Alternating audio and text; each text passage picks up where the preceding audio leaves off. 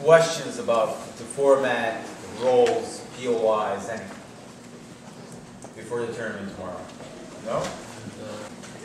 What about, can you summarize when you ask a question?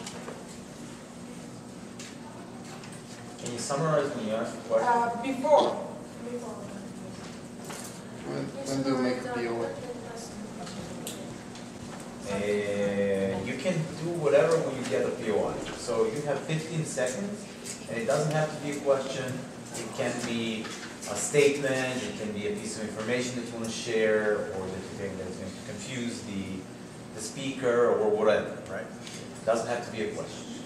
So you can do basically whatever for that 15 seconds. I hope that answers the question. I saw you. If you decide to take POI and the person takes 10 seconds, but you don't want to touch them anymore, they take it to the top. Are you allowed to sit them down, or do they have that those 15 seconds? We can always sit them down. The speaker controls the room. So it's your speech, and you're the master of the room, right? When you speak, everybody should shut up. So basically, you control whether or not anything is going to last for 5 seconds, 10 seconds, or 15 seconds. You are going to be looked like, a little bit discredited if you, interrupt someone rudely. I mean, if they start speaking, you're like, yeah, I know what you're going to say. Sit down, right? That's a little bit rude. But as long as you really got it and it's fine and you know what where the question is going, then it's fine. Just don't be rude to people. That's basically it.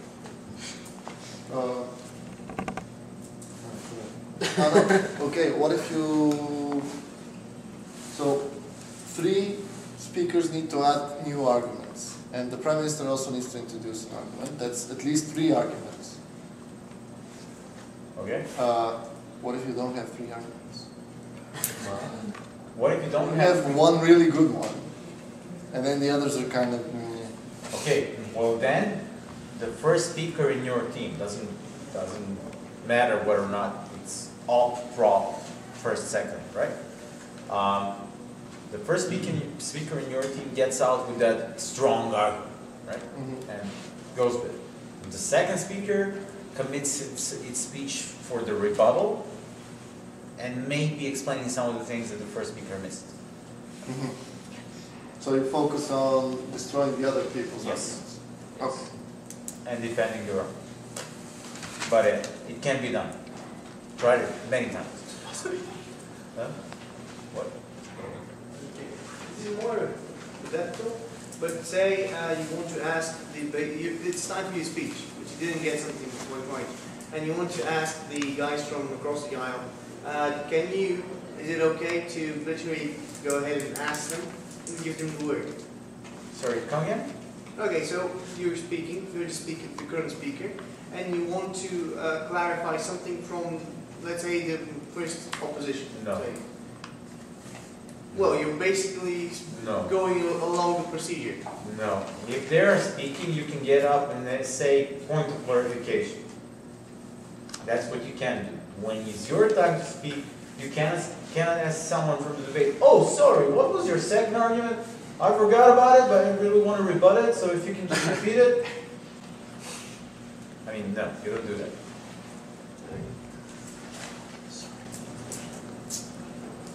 When exactly is something considered backstabbing? Is there a situation that you can do a little backstabbing and not affect your whole debate? Backstabbing is whenever you contradict either the team on your bench, or your partner, or yourself.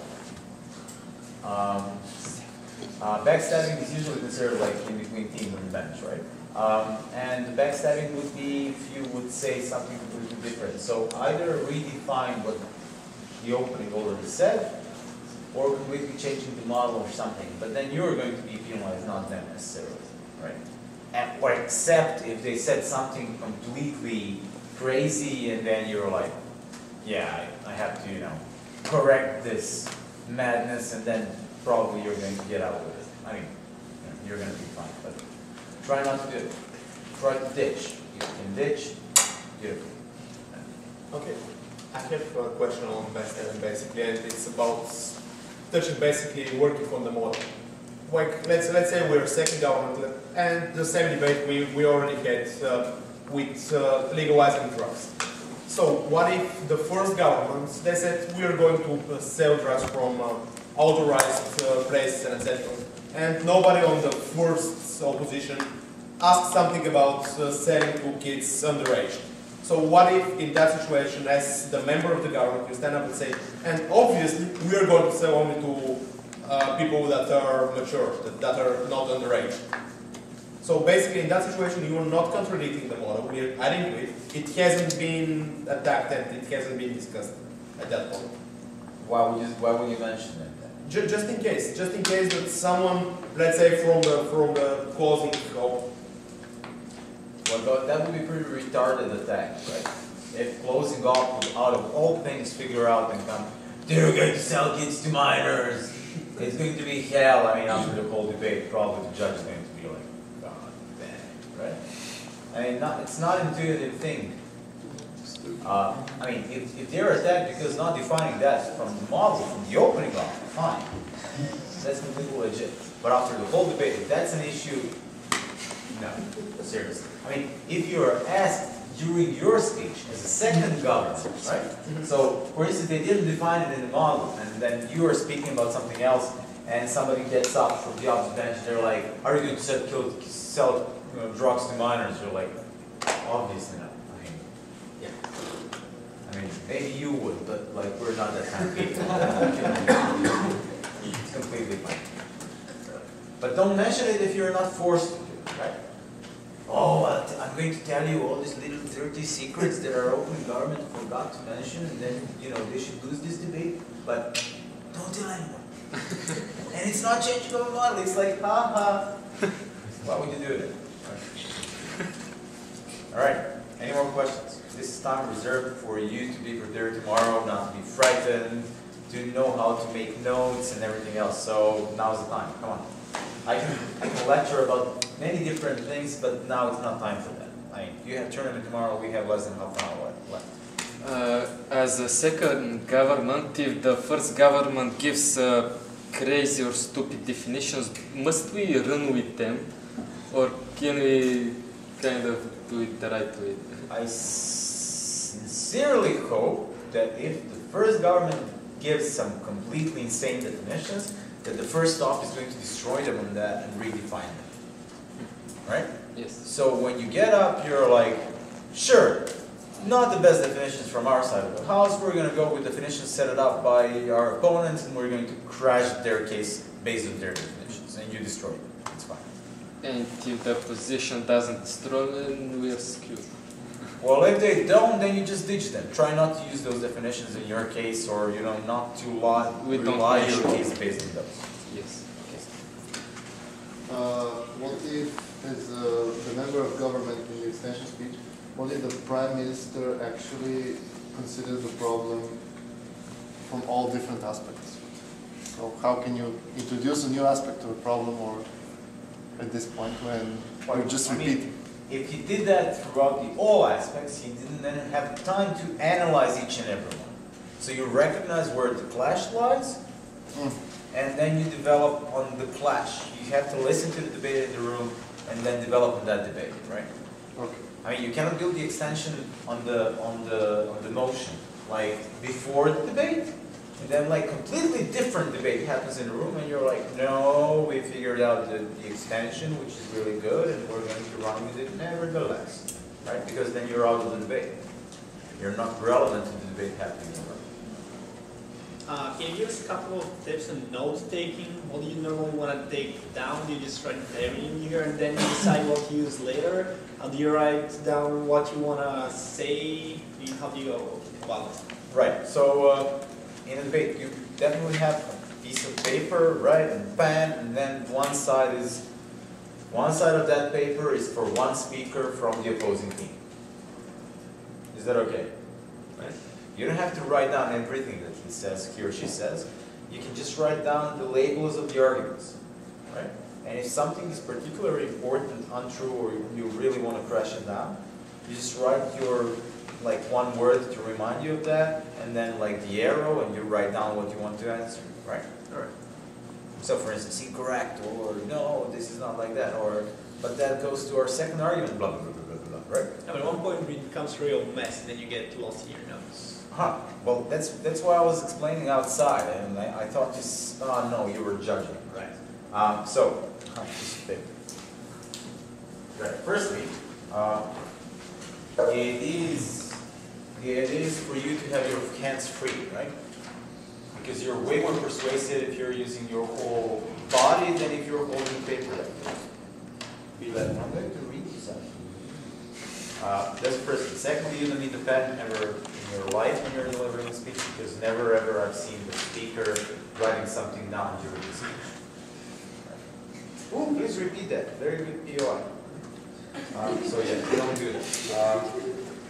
So if this is a rebuttal, right? This is something they said, this is something we want to say, this is something they said, this is something we want to say, A, B, C, D, E, whatever, right? Piece of paper for the rebuttal. Huge letters, so you can see them when it stands here. Second piece of paper is for your argumentation, or first argument, right? Argument A has A, B, C. One word on the line. Right? One word on the line, just to remind you of something. This is the name of the argument. This is A, B, C of the argument. If it has A, B, C, it can have only A or only A and B, right?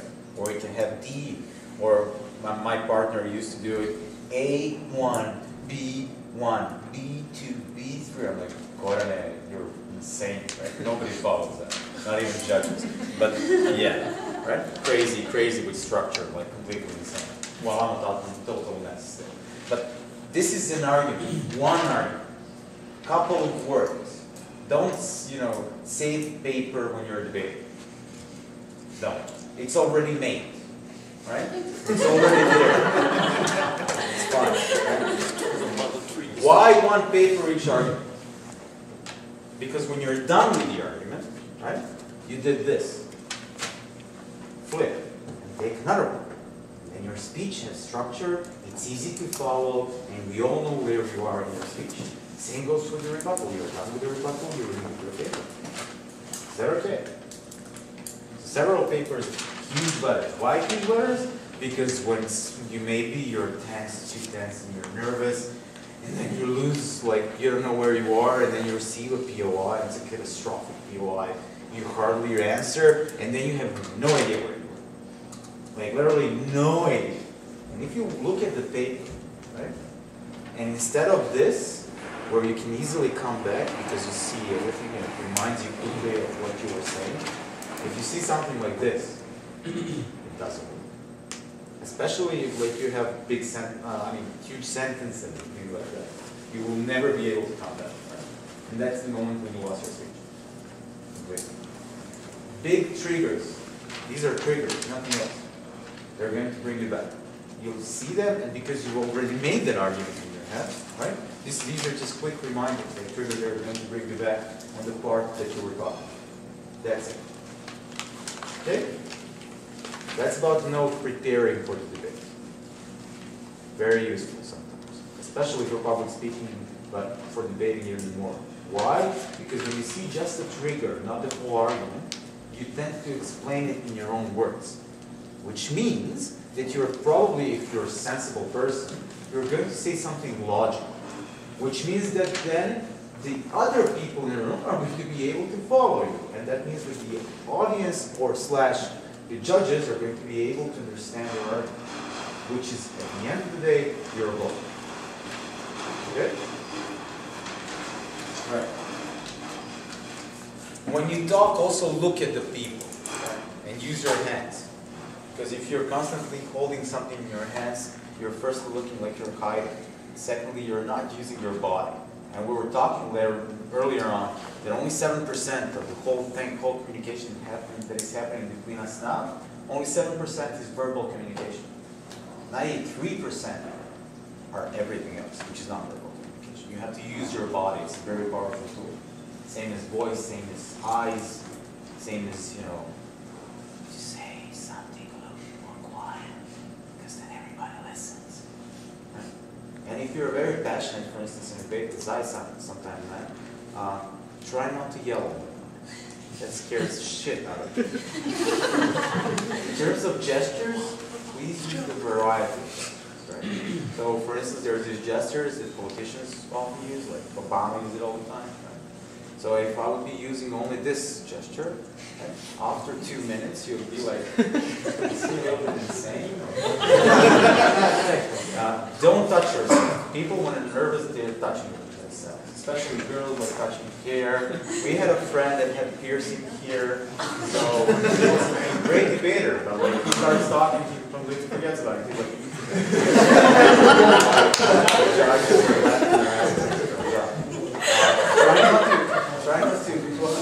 try not to be like, you know, I'm hiding something behind my back. Yeah. I'm a little bit old, so. Right? Use your hands. They're here so you can show it. Also, try not to be completely insane. Don't talk about genocide and smile. Hands are very important. Same goes for hands. If you're talking to a big audience, right, you can use wider gestures. Because I would be using wider gestures now and everything. That's not quite, you know, doesn't go together. But if you're, you know, if you're talking in a small room, then it would be crazy if I would be like, you would be closer and I would be, you know, waving here with hands. Also, people walk a lot when they're talking. Like, don't be like, don't do that. Try to control your body.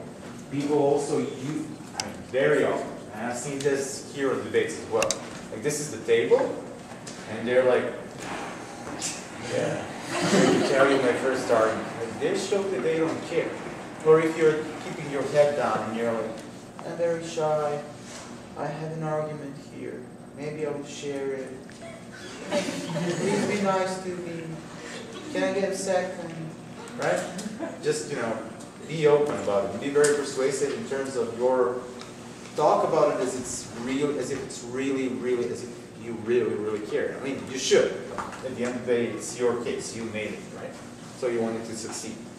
And usually, debates are about problems in society that matter, not about some insignificant stuff. So it should, you know, it should matter to you as well. When you're talking, especially when the debate is very good, do not ever talk and look at your opponent. People are like, la la la, and explaining something, and yelling and watching at the opposition. And they're like from the government side. And we laugh our asses off at judges all the time. Firstly, you're talking to us. Secondly, there's no way on earth, it doesn't matter how smart you are or how good your case is, that the opposing side is going to be like, ooh, yeah, you're right, now I'm with your side. You know? It's their role to be against you. So there's no point in you persuading them that you're right. Okay? But you can look like a prosecutor then. So it might be a good trick, like just throw them off their game. Yeah, usually doesn't work. If you're very threatening. Usually doesn't work. But yeah. Any other questions that you guys have? I want to ask about the judges. About the judges. Judges, yes. How we should consider them in the way, I mean, that in the end of debating, the arena where we debate is in the mind of judges, and then decide who will win and who will lose, right?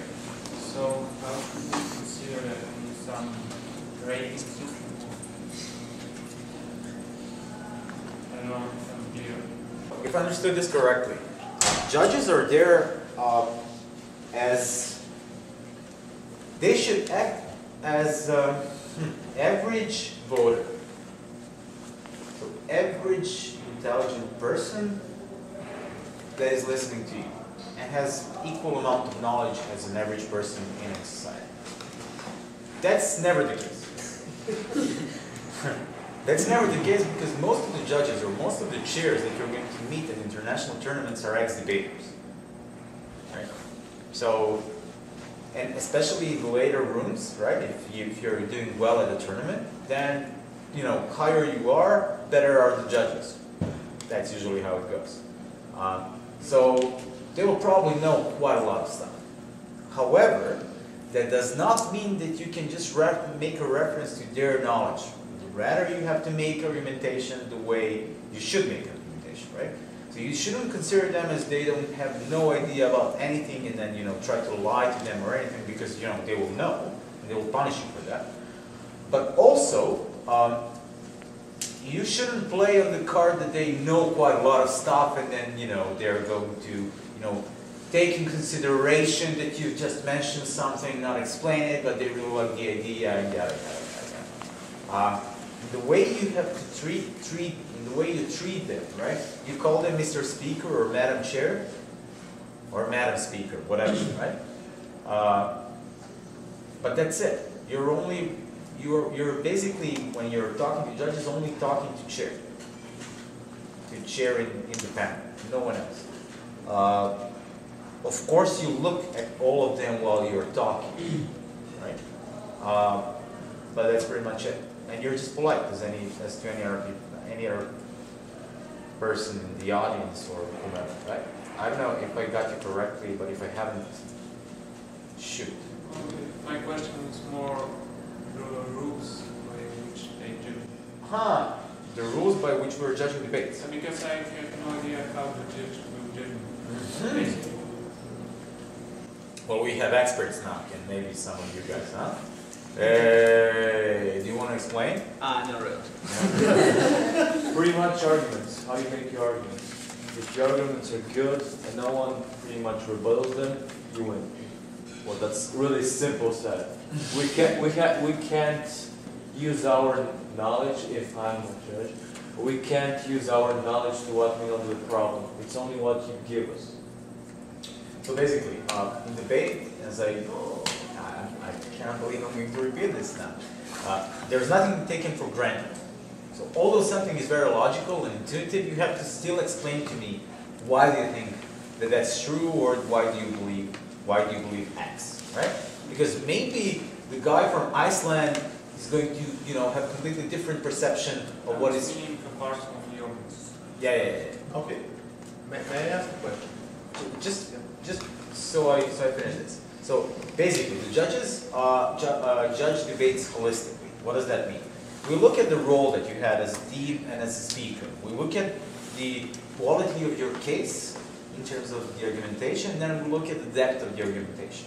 If you were the first government, right, opening government, and you had a very good and very relevant case, which was attacked both by the opening up and closing up, we reckon whether or not at the end your case is still standing or it has fallen down. Even if it has fallen, right? If it was relevant throughout the whole debate, you're probably going to get first or second because your case had was the most impactful on a debate, right? But maybe they had in the closing off, let's say, better argumentation, so they took your case down. So they will take the first and you will take the second. Does that make any sense? If the debate is very bad, then we look at, you know, who had at least the most decent material so we can do something with it or believe something. Yeah. Okay, similar situation. You were the first guy. You bring up really great argumentation, but nobody actually engages.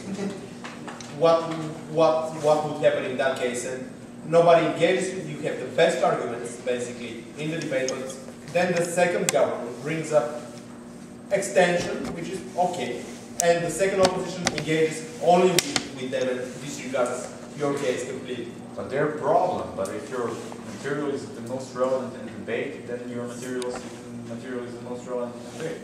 I don't know if nobody engages, I have no idea in what that hypothetical scenario what the opening up does. But let's say that they talk about completely irrelevant stuff because they don't know, or, you know, it's a bad day or whatever happens, right?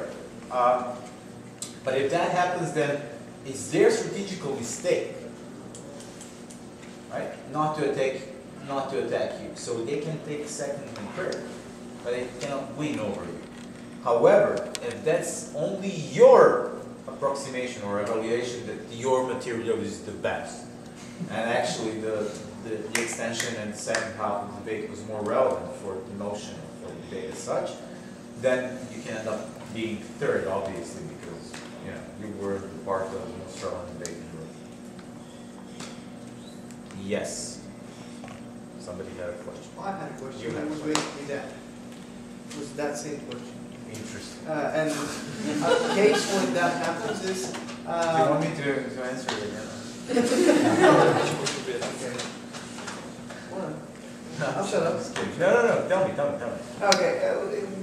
If you have as we talked about, that basically the thing which we're discussing, this whole idea, whether it's good or bad, generalizing a whole lot, so don't judge it that.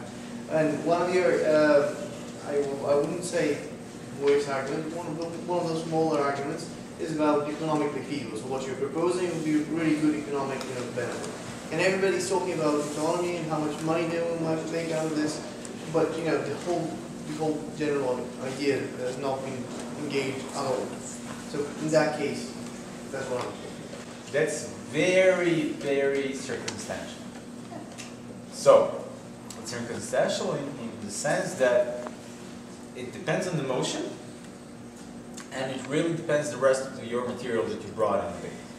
If the debate was supposed to be about the economy, and you just mentioned that, and the rest of the people have been talking about the economy all the time, then it's your fault for not prioritizing your material in a different way. If, on the other hand, that was just a bone and everybody was talking about it, but that was not the most important part of the debate, then lucky you, but that rarely happens, really. Can you speak page 1 in nearly? Is For? there a strategy that you can win in every scenario? That does not exist. It doesn't, if you find a motion, for instance, if you tell me, oh, what is the silver bullet argument for this motion? I would say that if you find one, that motion is not going to be a topical motion. Right? People still debate death sentence, abortion, euthanasia, legalization of prostitution, drugs, everything, right? Not because we cannot come up with different motions, but because we don't have the definite answers. There is no silver bullet argument. Right? For drugs now, I think we're leaning towards legalizing most of the stuff because we realize that we will not win the war of drugs, and we are spending money and lives and everything else. But for the rest of the things that I've mentioned, there is no silver bullet arguments. Otherwise, we would stop debating them. All the relevant debates that came to the conclusion, or where we as a society figured out the way out of the problem, are not relevant anymore. Right? Because, it's not a problem in society. We figured it out. So, yeah. Alrighty then. Have a nice dinner. See you later on, and good luck tomorrow. Thank you.